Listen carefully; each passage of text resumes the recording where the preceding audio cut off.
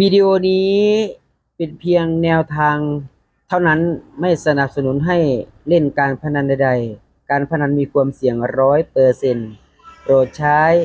วิจารณญาณในการรับชมขอบคุณครับครับผมสวัสดีนะครับสวัสดีFTท่านช่องน้องแสงชาแนลนะครับมาเจอกันครับใน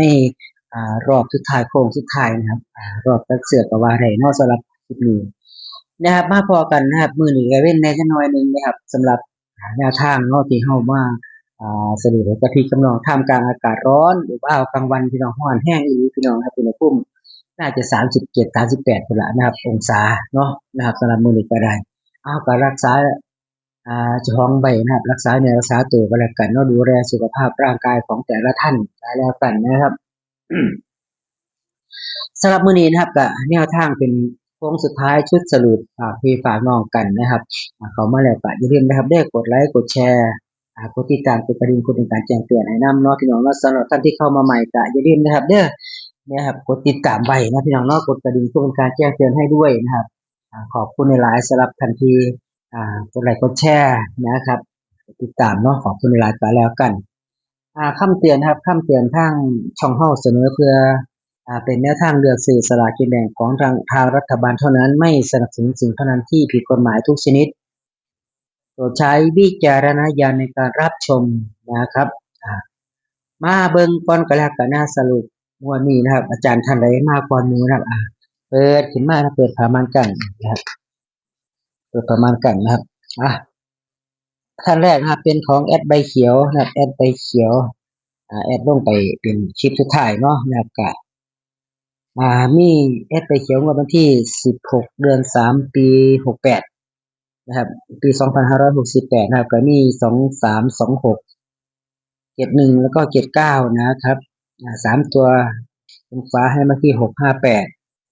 608 937 492นะครับขอให้โชคดีมีโชค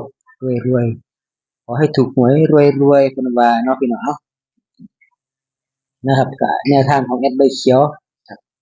แอดเขามาเสนอเป็นอ่า คือว่าเป็นงวดแรกก็ว่าได้เนาะพี่น้องเนาะเพราะว่าอืมห่างหายมาโดนเติบอยู่สำหรับแอดใบเขียวก็ได้บ่อยมานำเสนอกับพี่น้องเพราะว่าไม่เจอไม่พี่น้องนะไม่เจอก็เลยไม่ได้เอามานำเสนอกับพี่น้องเนาะต่อไปเป็นของอาจารย์สิงห์นะครับอาจารย์สิงห์เป็นชุดเป็นชุดมาครบบนครบล่างกันแล้วกันนะครับครบบนครบล่างนะครับนี่ก็คือครบบนนะครับ2 ตัวบน2 ตัวมาครบบนคือ6 7 1 2นะครับจับชุดให้ที่วิ่งบนนะครับวิ่งบน7กับ2เน้นไปที่2จับชุดให้ที่7 2 6 2 1 2นะครับ3 ตัวให้ที่6 7 2 1 7 2นะครับหลักร้อยเพิ่นให้มาที่6กับ1นะพี่น้องว่านี่คือชุดบนนะครับเลขชุดบนนะครับสำหรับทันทีเขามาใหม่ก็อย่าลืมแคปหน้าจอไว้พี่น้องเพื่อเป็นการพิจารณาอื่นเนาะพี่น้องตัดสินใจเป็นรอบสุดท้ายสำหรับวิ่งล่างครับให้มาที่7กับ2บังเอิญพี่น้องมาตรงกันพี่น้องทั้งบนทั้งล่างมันครับตรงกันทั้งบนทั้งล่างเนาะพี่น้องเนาะเด่น7กับ2ครับวิ่งล่างให้7กับ2แบบทั้งล่างให้7กับ2จับชุดให้ที่17 27แล้วก็67 16 26 21อ่ามาครบล่างครับ1267แล้วไม่หนีก็ได้พี่น้องตัวเดียวกันเลยพี่น้องข้างบนกับข้างล่างตัวเดียวกันสำหรับวันนี้นะถือว่าเลขโบราณชุดอัปเดตมากจะกิจเจ็ด2 27เพราะว่ามันเลขครับกันนะพี่น้องนะเลขครับกันระวังบนฟ้ากับลงล่างนะพี่น้องเนาะแต่หน้าจอพี่น้องสำหรับของของอาจารย์สิงห์นะของอาจารย์สิงห์นะงวดวันที่16มีนาคม2568นะครับแคปหน้าจอไว้ด้วยพี่น้องเด้อต่อไปนะครับต่อไปเป็นของแอดหมาน้อยคอยรักนะครับเป็นชุดสรุป2 ตัวลงล่างเนาะพี่น้องเนาะคะแนนมาที่3747ชุดรอง3848เน้นหนักแข็งๆนะ47เม็ดเดียวคือ47เนี่ยแคปหน้าจอพี่น้องก็มาบ่อยมาดูกันที่แอดหมาน้อยคอยรักมาจากหมาน้อยคอยรักใจมากกระจัดไปโลดพันนาวานะครับแคปหน้าจอพี่น้องต่อไปนะครับต่อไปเป็นของเอาบต่อหนึ่งตัวนี้พี่น้อง อันยังบนอ้อบันเนาะพิเศษเนาะอันนี้วิ่งสายทหารนะครับสายทหารใบแดงวิ่ง10 ล้าน1 มาล้านเปอร์เซ็นต์โชคดีจงเป็นของท่านวิ่งสายทหารได้พี่น้องเมื่อก่อนก็วิ่งซีเข่ามาอยู่ดีพี่น้องว่าซื่นผลบ่เข่าสำหรับของแอดเนาะเพราะว่าแอดก็เสนอแต่ละใบมาบ่ได้เสนอหลายใบเฮือนมาเพื่อทางเที่ยงที่เพิ่นก็มางวดละ2-3ใบจังซี่ก็เลยตัดสินใจลงเทื่อละใบพอเนาะพี่น้องถือก็ถือบ่ถือก็จบลงหลายใบแล้วมันก็หลายตัวก็พี่น้องเฮาก็เปลืองตังค์เนาะพี่น้องเนาะอ่าอันนี้งวดนี้เสนอให้มาเป็นวิ่ง10 ล้านพะนะวะต่อไปพี่น้องพี่เฮาก็เสียนแอดหมาน้อยคอยรักนะพี่น้องชุดบนฟ้านะครับ3 ตัวบนฟ้าว่าหันมันบ่ข้ามพอดีแอดบ่ได้จัดลำดับไปเนาะแนบมาเลยนะครับ403 404 493 494นะครับสรุปอัน94นี่ออกมาได้บ่พี่น้องนะครับ894เนาะนะครับหันออกไปอ่า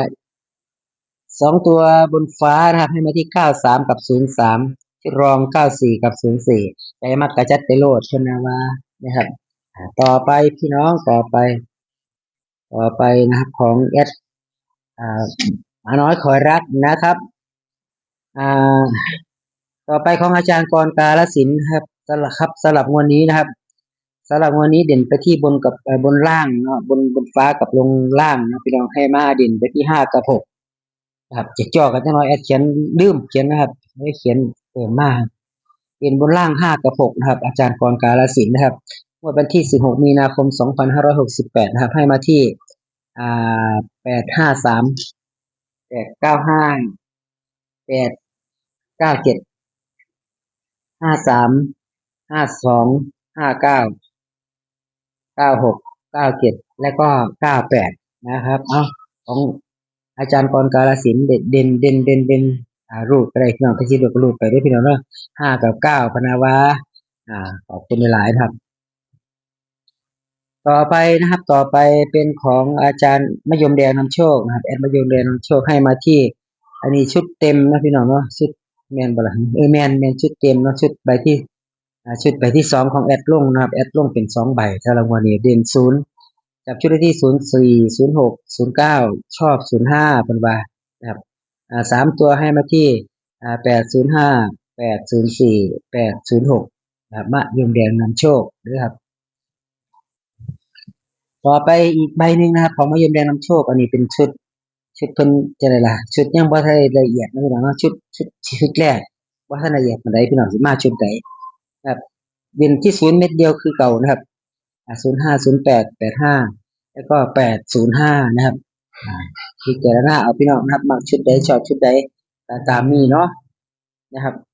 ต่อไปเป็นของแอดหนุ่มสุพรรณหนุ่มบรบือไม่ลงบ้องวันนี้น่าจะไม่ลงเนาะยังไม่เห็นเลยเดี๋ยวจะถ้าไม่เจอยังไงก็จะรอเก็บตกนะพี่น้องเนาะถ้ามีมาจังได๋ก็เดี๋ยวติดตามไปที่นี่พี่น้องหนุ่มสุพรรณนะครับหนุ่มสุพรรณงวดก่อนให้มาที่50บอกจำผิดบ่ได้เอาของเก่ามาเบิ่งนะพี่น้องก็คือหยังแต่เพราะว่ามันเป็นชุดสรุปเพราะว่าถ้าสิมาเบิ่งของเก่ามันก็ทรงสิเด่นโพดเนาะนะครับหนุ่มสุพรรณเด่นไปที่7กับ8นะครับจับชุดในที่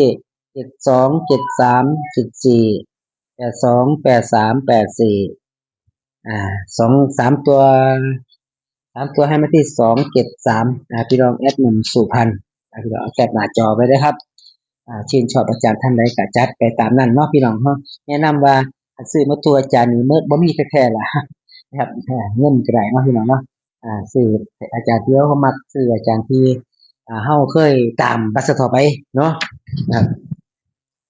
ต่อไปนะครับต่อไปเป็นของอาจารย์บุญรอดนะครับอาจารย์บุญรอดให้เด่นล่างนะครับ2 ตัวลงล่างให้เด่นล่างมาที่0กับ1นะครับจับชุดในที่00กับ11นะครับกันกับพี่น้องขาค้าเป่าเฮ็ดเป่าว่านี่เพิ่นว่านะครับจับชุดในที่02 06 08 16 18ตรงกันกับอาจารย์เนี่ยมะยมแดงพี่น้องนี่มะยมแดงโชคตรงกันเด้พี่น้องเนี่ย08นะครับ08ตัวเดียวกันนะครับพี่น้อง805 508ตัวเดียวกันพี่น้องมี08นำเนาะพี่น้องนะแอดของอาจารย์บุญรอดนะครับให้มาที่เด่นล่าง0กับ1นะครับจับชุดให้ที่02 06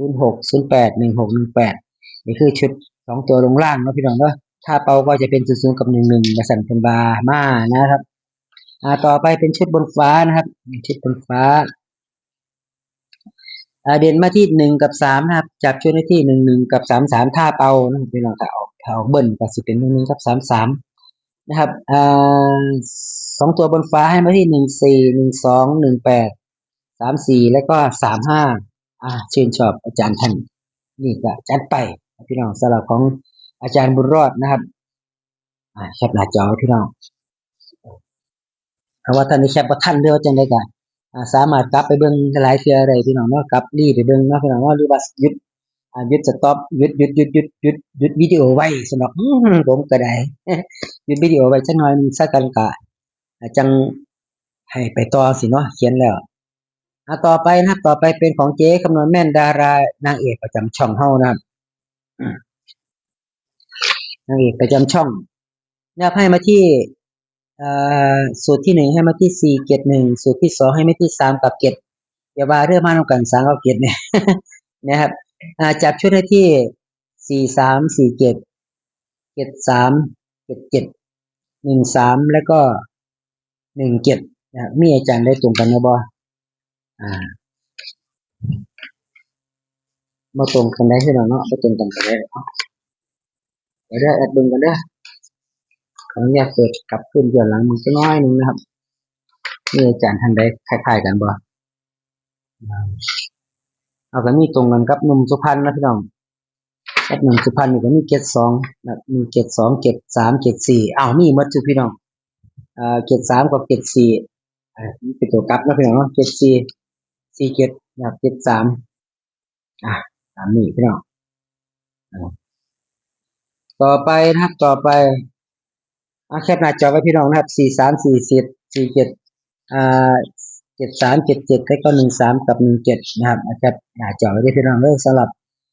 แนวทางของเจ๊คำนวณแม่นนะครับแต่ว่าสุดท้ายนะครับเป็นเลข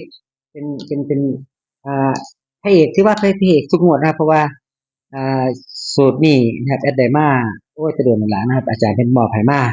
นะครับเดือนกำลังวันก็คือ6นะครับสิมาบ่6งวดนี้นะครับมาตรงกับมา16มีนาเด่นประจำวันเด่นงวดนี้นะครับเด่นงวดนี้เด้อบ่แม่นเด่นประจำวันเด่นงวดนี้ครับมี3มี6มี7นะครับมา1ถึง2ตัวอาจารย์ไม่ออกนามแบบเพิ่นย้ำนะครับเพิ่นเน้นมาว่าส่วนมากมักจะลงล่างว่าซั่นต่อไปเนาะสิมาลงล่างโดยมากก็บ่มานำกันสิมาแต่ว่าก็บ่แน่ก็หลายเทื่อพี่น้องเฮ็ดผมนะครับเพราะว่าเพิ่นว่าบ่มานำกันก็เลยบ่ได้จัดใส่มันมานำกันก็หลายเทื่ออยู่พี่น้องเพื่อหน้าเพื่อหลังเพื่อกันไว้ถ้าสมมุติว่ามักคืออย่างเจ้คำนวณแม่นเพิ่นก็ให้มาตัวนี้พี่น้องเห็นบ่7กับ3เนี่ย7 3เห็นบ่แล้วชื่นชอบก็จัดพี่น้องชื่นชอบก็จัดได้พี่น้องเด้อมาตัวใดแคปหน้าจอไว้นะครับสำหรับแนวทางเพราะว่ามันก็เอาแน่นอนบ่ได้เพราะว่าแนวลูกกลมๆแล้วพี่น้องลูกบอลกลมๆมันก็มาได้ทุกทางนั่นล่ะนะครับสำหรับคลิปนี้ก็ต้องขอบพระคุณนะครับทุกอาจารย์ทุกข้อมูลทุกสำนักนะครับย้ำอีกทีนึงพี่น้องเด้อเป็นความเชื่อส่วนบุคคลนะครับอาจารย์แต่ละท่านอาจารย์แต่ละสำนักล้วนแล้วแต่เป็นบุคคลธรรมดาไม่การันตีว่าจะเข้าหรือจะหลุดนะครับใส่วิจารณญาณในการรับชมแล้วกันเนาะพี่น้องเนาะสารกินีได้เพียงสำนีนะครับขอบคุณขอบคุณอาจารย์เพื่อนนะครับขอบคุณอาจารย์ทุกอาจารย์นะครับขอบคุณอาจารย์ทุกสำนักขอบคุณอาจารย์ทุกสูตรที่ให้ทางช่องเขาได้มานำเสนอฝากพี่ฝากน้องกันนะครับสำหรับคลิปนี้